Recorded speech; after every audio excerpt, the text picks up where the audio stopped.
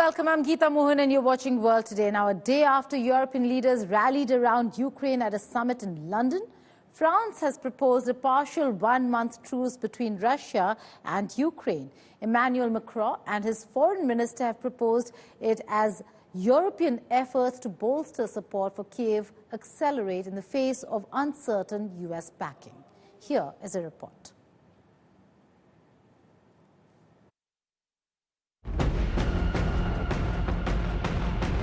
France and Britain are proposing a partial one-month truce between Russia and Ukraine that could cover air, sea and energy infrastructure attacks but not include ground fighting. The London summit, hosted by the British Prime Minister Keir Starmer with 18 fellow European and world leaders in support of Ukraine, agreed to shore up their borders and throw their full weight behind the war-torn country. The whole point of a guarantee for any deal, or if there is a deal, is to preserve the peace. And if you want to preserve the peace, you have to be prepared to defend the peace. So the reason I've been forward-leaning on this is because I want to avoid conflict, because I do not want conflict in Ukraine, in Europe, and certainly not in the United Kingdom. The UK had worked with France and Ukraine on a plan to end the war, and that the group of leaders, mostly from Europe, had agreed on 4 things. The steps towards peace would keep aid flowing to Kyiv and maintain economic pressure on Russia.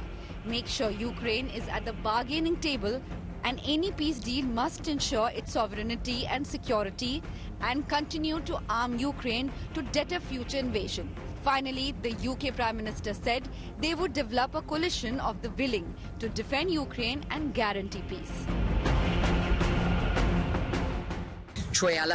Ultimately, the one thing we absolutely cannot afford is a peace that does not last. This is something Ukraine cannot afford, Europe cannot afford, and the United States cannot afford. Therefore, we must be very careful when assessing what is being proposed, particularly in response to this key question: could this peace be violated? Because unfortunately, we have seen this happen in the past. The meeting had been overshadowed by the extraordinary scolding that took place on live television at the White House on Friday. The meeting ended on the note that any plan would require strong US backing.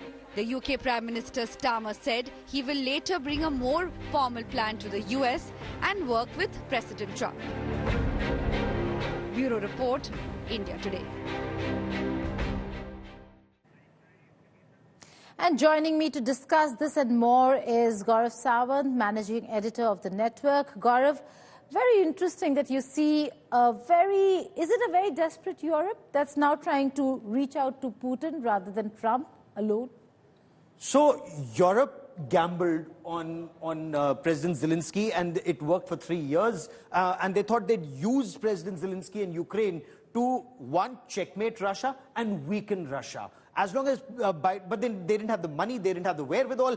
They were using the American money to do it. So as long as they had the American money and the Biden administration, it was a party for everyone, and a party that everyone was seeing. And I'm sorry to use that term, given the massive losses of lives that has taken place both in Russia and in Ukraine. And you and I have covered it on ground in Russia and Ukraine. However, when Donald Trump came to power, and he was very clear he wanted this war to stop.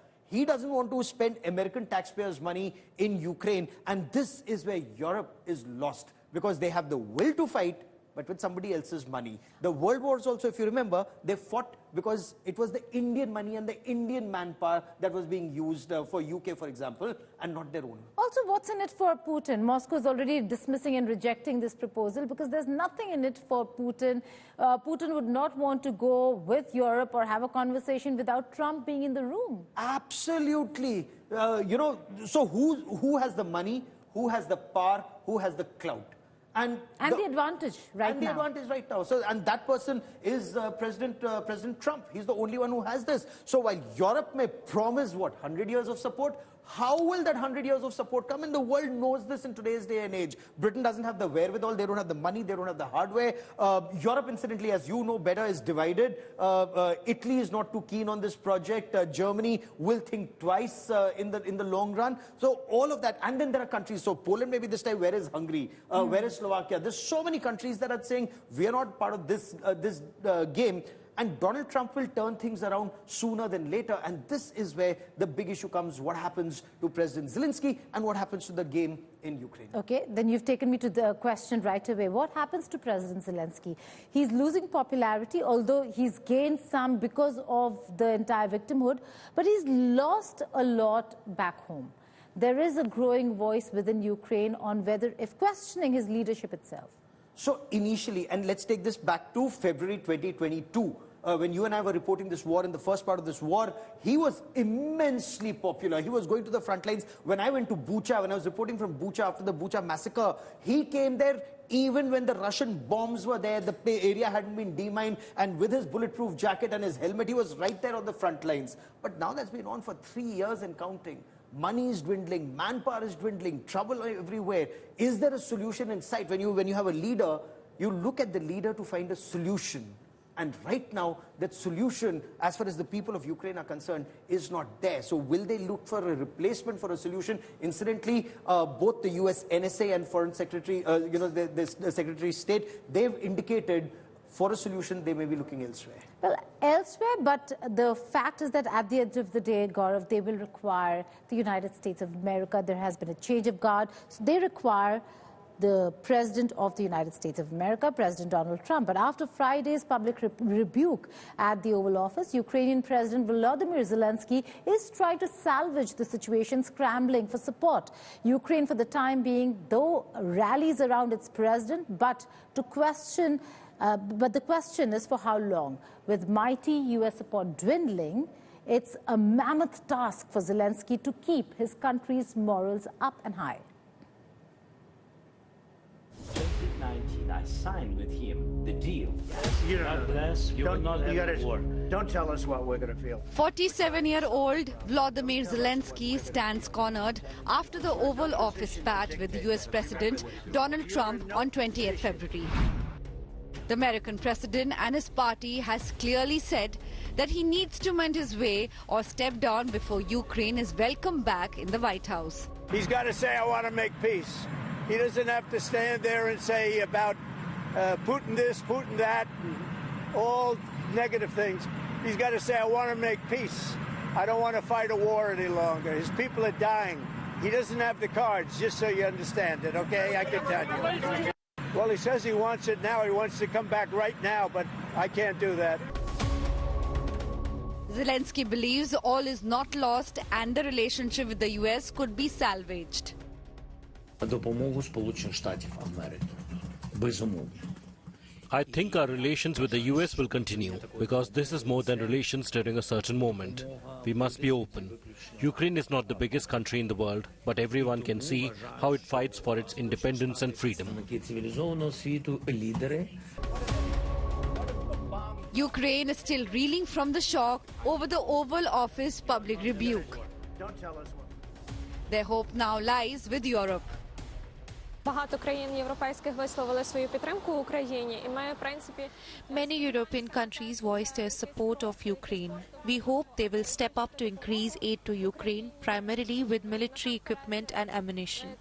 Concerning America, we are very thankful to them for the help we have received all this time and keep receiving now. But our dignity, our honor should stand above everything. We have come a path too difficult to allow. Maybe it will sound too harsh to wipe the feet on us. It was very hard to watch how our President Zelensky talked to the US President. It was a very important meeting for all of us who believe in victory, who hope that we could win in this war. In my opinion, the US President did not support us. He betrayed us.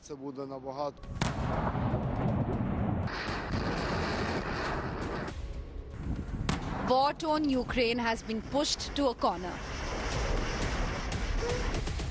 The president of the country scrambles for support to fight Russia. Without US on its side, hope dwindles despite European promise. Bureau Report, India Today.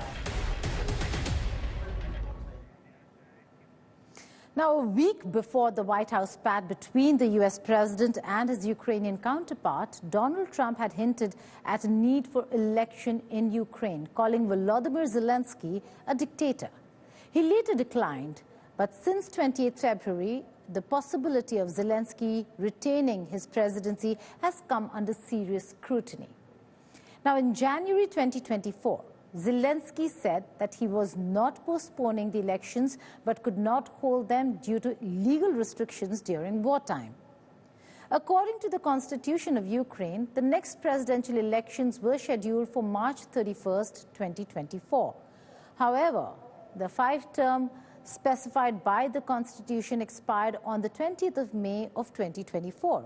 In October of the same year, The Economist reported that Zelensky was considering the possibility of holding presidential elections in 2025 due to his declining approval ratings. Zelensky previously mentioned that presidential elections could be held approximately 90 days after the end of the war. He believes that holding elections during wartime could divide the society. Since Trump assumed office and talks of peace gained momentum, speculations are rife for possible contenders in case an election is indeed held in Ukraine. Number one in that list would be former Commander-in-Chief of the Armed Forces of Ukraine, Valery Zaluzhny. Although Zaluzhny has been Ukraine's ambassador to London since July 2024, he remains popular back home as well. He has not confined himself to purely diplomatic endeavors. He has published his memoirs, which included some criticism of President Zelensky. He met with Ukrainian military commanders and commented on major issues such as how a new Ukrainian elite could be formed and the West's global strategy. Next would be Kiev Mayor Vitaly Klitschko. He had tense relationship with Zelensky, accusing him of usurping powers in wartime. Klitschko, a former professional boxer, assumed office in 2014 following 2 terms as deputy of the Kyiv City Council. And then there is former President Petro Poroshenko. Supporters of ex-President Petro Poroshenko, who has a united party and loyal electorate, are also preparing for elections. But Poroshenko is disliked by a broad swath of voters and has little chance of increasing his support beyond the 25% who cast their ballots for him in 2019.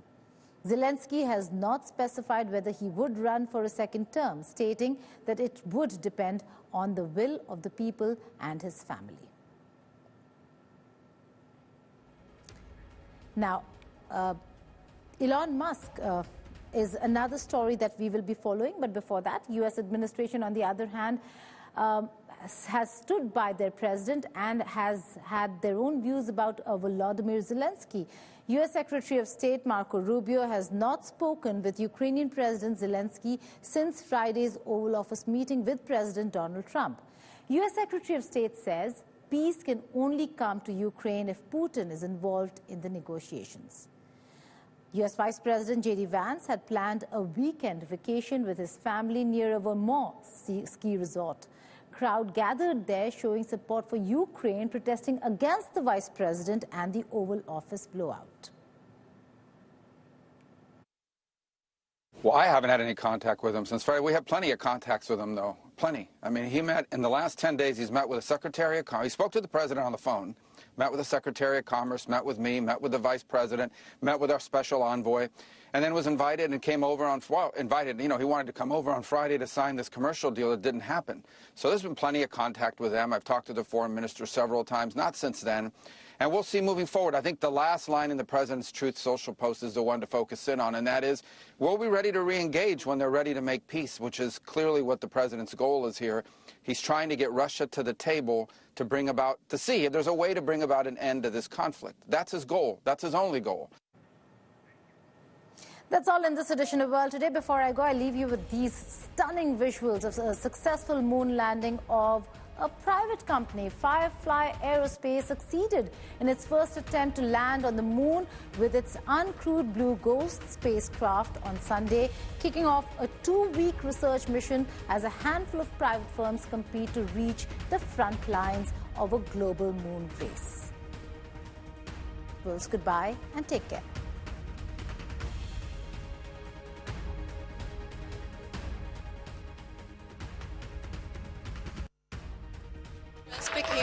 first commercial